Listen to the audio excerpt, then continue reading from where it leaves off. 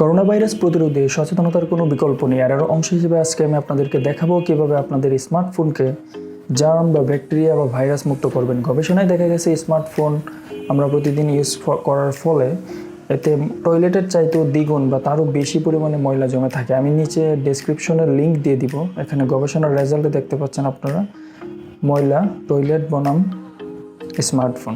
So আজকে আমি আপনাদেরকে দেখাবো কিভাবে যতটা সম্ভব যতটা পারা যায় স্মার্টফোনকে এই জার্ম বা ভাইরাস মুক্ত করবেন। তার জন্য প্রথমে ব্যাক কাভারটি খুলে নেবেন, যাদের কাভার প্রোটেকশন দেওয়া আছে। অবশ্যই আপনার হাতগুলো ধুয়ে নেবেন। আর এর জন্য লাগবে এই যে একটা কটন বার, এটা হচ্ছে সেন্সিটিভ বা যে ছোটো জায়গাগুলো থাকে ওইগুলো পরিষ্কার করার জন্য একটা কটন কাপড় বা হচ্ছে মোছার জন্য সফট কোনো কাপড়। তাছাড়া থাকবে আপনার এই এলসিডি স্ক্রিন ক্লিনার, এটা একদম শেষে আমরা ইউজ করব। ওকে, পাশাপাশি আপনার আমি এখানে ডেটল হ্যান্ড ওয়াশের যে স্যুপটা আছে এই স্যুপটা ইউজ করতেছি। আপনারা অন্য কোনো স্যুপও ইউজ করতে পারেন, অথবা আপনারা সরাসরি সাবানও ইউজ করতে পারেন। এখানে স্যুপ আছে আর অন্য গ্লাসটাতে আছে সাধারণ নর্মাল পানি। তাছাড়া আপনার এই যে কোনো হ্যান্ড ওয়াশ আপনারা ইউজ করতে পারেন, অথবা যে কোনো ধরনের স্যুপ ইউজ করতে পারেন। সো এখানে আমি একটা কথা বলে নিই, আমরা দেখা গেছে স্মার্টফোন প্রতিনিয়ত ইউজ করতেছি, খাওয়া দাওয়ার সময় ইউজ করতেছি। অনেক সময় আছে আমরা আপনার হাঁচি দিয়ে আবার স্মার্টফোনটা ইউজ করতেছি, বাট আমরা ঠিকই হ্যান্ড ওয়াশ করতেছি। কিন্তু হ্যান্ড ওয়াশ করলে কী হবে, স্মার্টফোনে তো ঠিকই আপনার জার্মগুলো রয়ে গেছে।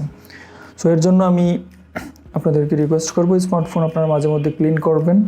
এর থেকে অনেক সময় আপনার অ্যালার্জিক রিয়াকশনও হয়, অ্যালার্জিক রিয়াকশন বা অনেক সময় আপনার নানান ধরনের চর্মরোগ হয়ে থাকে।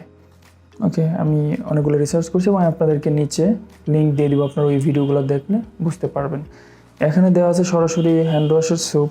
আপনি চাইলে অন্য কোনো সাবান বা স্যুপকে পানির সাথে মিক্স করে দিতে পারেন। ওকে, আমি এখানে ডেটল ইউজ করতেছি। আর সরাসরি কোনো স্যাভলন বা সরাসরি কোনো কিছু ফোনের গায়ে বা ফোনের স্ক্রিনে দেওয়া ঠিক না, এতে যে একটা কোটিং থাকে কোটিংটা নষ্ট হয়ে যায়। তার জন্য আপনার এভাবে পানির সাথে মিক্স করে তারপর হচ্ছে আমরা যে পেপারটা দিয়ে বা যে কটন পেপার বা যে সফট কাপড়টা দিয়ে আমরা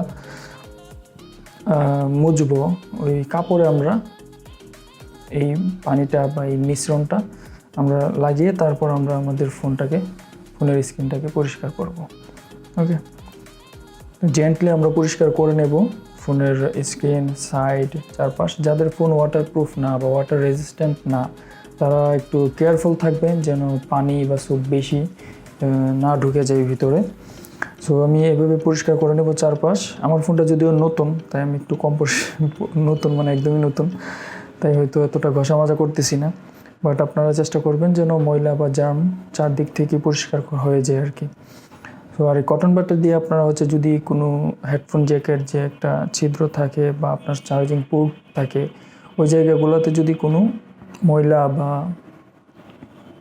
এই যে স্যুপের পানিটা ঢুকে, তাহলে ওইটা পরিষ্কার করে নেবেন। অথবা আপনারা ইয়ারপিস এই জায়গাগুলো এই কটন বাড দিয়ে পরিষ্কার করে নেবেন।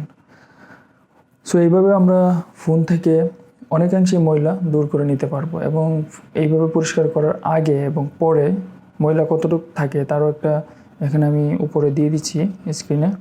তাছাড়া আপনারা ডেসক্রিপশনে গেলে দেখতে পারবেন, বিবিসির একটা প্রতিবেদন আছে যেখানে আসলে পরিষ্কার করার পরে কতটা জার্ম বা ময়লা বা ব্যাকটেরিয়া বা ভাইরাস থাকে ফোনে। এছাড়া যাদের কাছে এরকম ওয়াইপ আছে, ওয়েট ওয়াইপ বা যেগুলো আমরা স্ক্রিন প্রোটেক্টরের সাথে পাই, এগুলো দিয়ে পরিষ্কার করতে পারেন। এছাড়া এই ধরনের একটা ডিভাইস পাওয়া যায়, যে ডিভাইসটা দিয়ে আসলে ইলেকট্রোম্যাগনেটিক অথবা ভায়োলেট কি রশ্মি দিয়ে ওরা ময়লাটা বা জার্মগুলোকে ক্লিন করে বা মেরে ফেলে। সো আজকে আমার এই পর্যন্তই ছিল ভিডিও। আমি আশা করি আপনাদের এটা উপকারে আসবে।